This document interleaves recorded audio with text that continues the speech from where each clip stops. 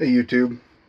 So I posted a video, or I'm sorry, a photo on Instagram this week with some wet molding projects that I had. I had a couple questions and interest in it, so I decided to make a YouTube video. So you get to see the finished product of just the wet molding here. And all this is, it's going to be a pouch for the Stanley tape measure. So for starters, there's going to be about 9,000 different ways to wet mold leather. This is just my way. We're going to be wet molding. This is about a 6.5 ounce, 7 ounce veg tan. I have not had any luck with chrome tan and wet molding, so I prefer veg tan. Cut your piece out. I should probably show you kind of how to get a size. I've made this mold because I make several of these pouches. I take my flexible tape and roll along the edge. So it's about 6 inches there. 5.5. I've trimmed this down a little bit so I don't have so much leather waste. Until you get a good feel of each product that you're doing, you should really use a little extra. I know there's some waste there, but extra is always good. I'll show you on a bigger project, and this is very large here. 10 inches wide, 12 inches tall. And the mold didn't come out right. You see all the loops, and something of this size you'd want to cut some relief notches in. I didn't do it to this piece because I thought I could make it work, so I'm gonna have to redo it. Fun stuff, right? There's quite a bit of extra on the edges, so like I said, the bigger piece you go, you want extra. Smaller pieces, you can do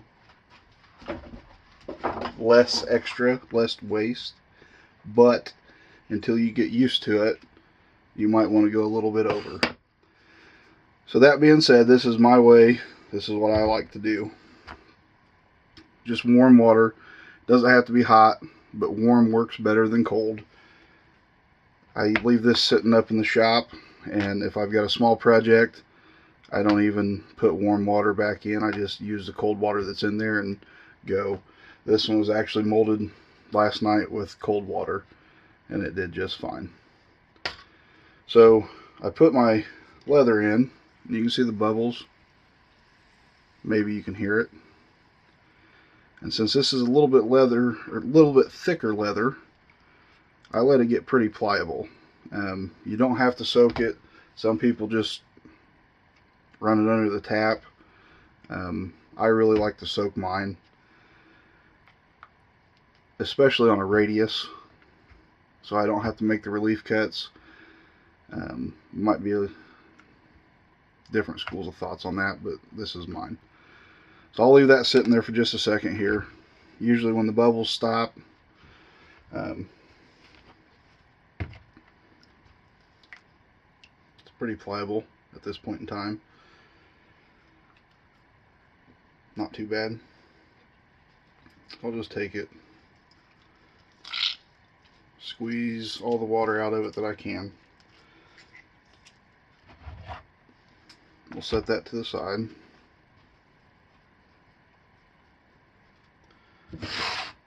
Bring your mold out, and there's a few different ways of doing this part here.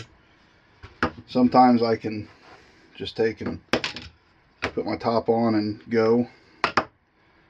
Since I've got this trimmed down where there's not much here, I do it a little differently. I know I've got a lot of extra here, but that gives me some clamping power. So kind of get it centered up the best you can. Get your top edge straight. And I just use a piece of a popsicle stick that I've cut down. This is a very stiff springed clamp. I'll just set it in there like that so you can kind of see the top edge is a pretty good line. It doesn't really matter on this particular project. These kind of hook up on the ends.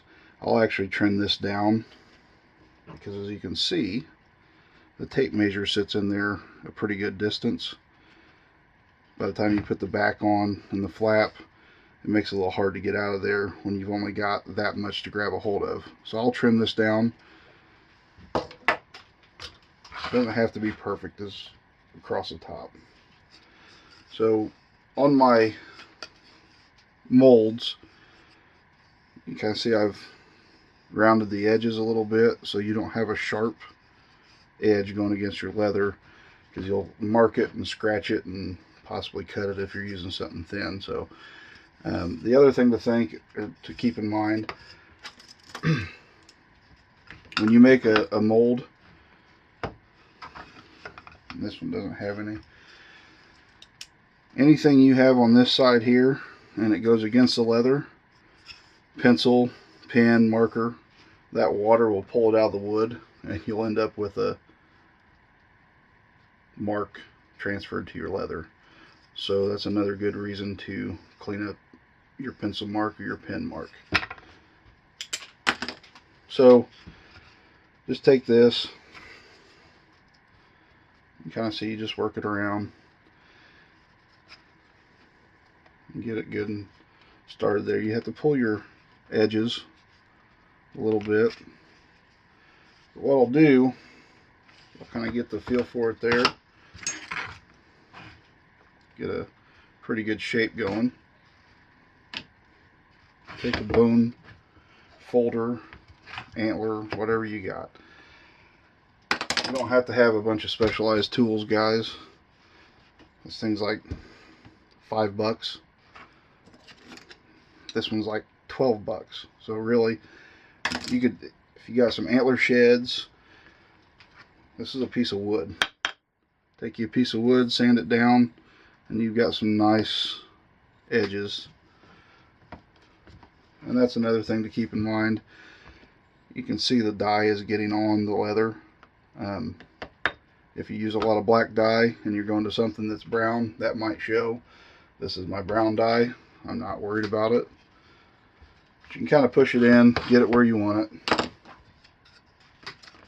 And when you bring your top piece back for your mold, I typically start on one side. So start clamping down on the one side. You see the pocket that came in here? You don't want that. You want to try to get that out of there. So I'll hold back with my hand and then reclamp. And that's taking care of that pocket pretty good. You can take your finger, and like I said, we're going to cut the top edge of this off anyways. So it's not a super huge deal if you've got a little bit of a pocket there. You can see when it's done. And this is a very specific design, and I've made several of these, so I've kind of got it down where I want it.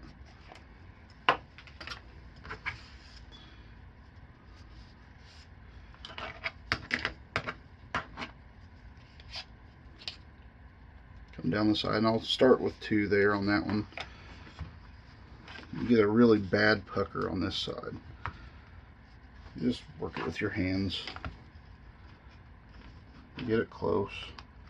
Come down here, and I'm putting pressure down.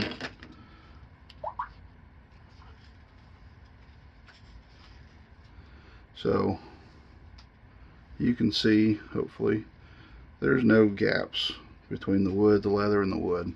Get as tight as you can.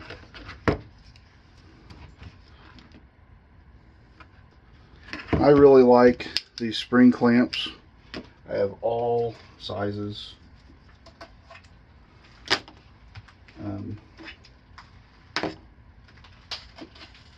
Different projects call for different things. You can use C-clamps. I've seen people screw them down. I like spring clamps, and here's why. Even the little binder clips, these are all spring clamps. So as you're pushing this down, or you're clamping this down, these spring clamps are constantly keeping pressure down. And you can do the same thing with a C-clamp, but if that leather, and when that leather, I should say, shrinks, so this is cut from the same, and we were about 6.5 or 7. We're a week 6 on this one. As this leather dries, it'll shrink back. So if you use a C-clamp and you got it tight right now, come the morning or tomorrow evening when you get back to it, it could be loose and you could lose some of your shape here. So I like the spring clamps because they maintain a constant pressure throughout the entire drying process. I got the 2 egg rolls, 4 orange chickens, 2 Of course my movie's going to turn back on.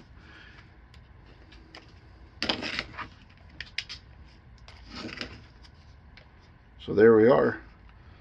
A lot of clamps. If you've got them, these things are cheap. Hardware store, your local hardware store probably have these in like a bucket, and you can get 20 different sizes in that bucket for 10 or 15 bucks. The binder clamps or binder clips, the little black ones here, they work really well when you're doing something like this. But I don't typically put them straight onto wet leather. It's where I use my popsicle sticks, both sides. Take your binder clips, and you get good even pressure that way. So this is wet molded, and you can see where the popsicle sticks were, but those come out. You're going to dye this, and dyeing it is a wetting process. But I'm gonna dye it after I stitch it. Well, after I stitch it, I'm gonna want to flatten my stitches out with my cobbler's hammer. And when you do that, this is wet. Set your stitches in. You're gonna work those mold marks out. As far as mold marks go, we go back to this one. We're gonna have a mold mark right here. Now you say, well, why didn't you just put the clamp directly on there? You're making a mark either way. Well, you are. You're making a mark either way. But those marks there are hard to get out. These marks,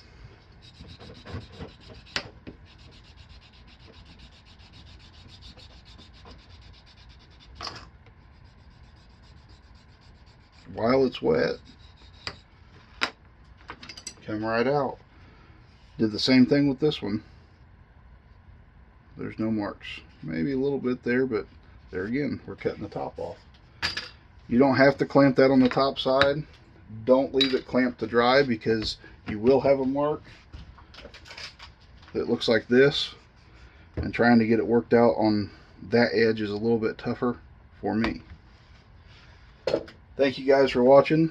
I hope this answered some questions. If you have any more questions, feel free to comment, let me know, and I'll try to do another video.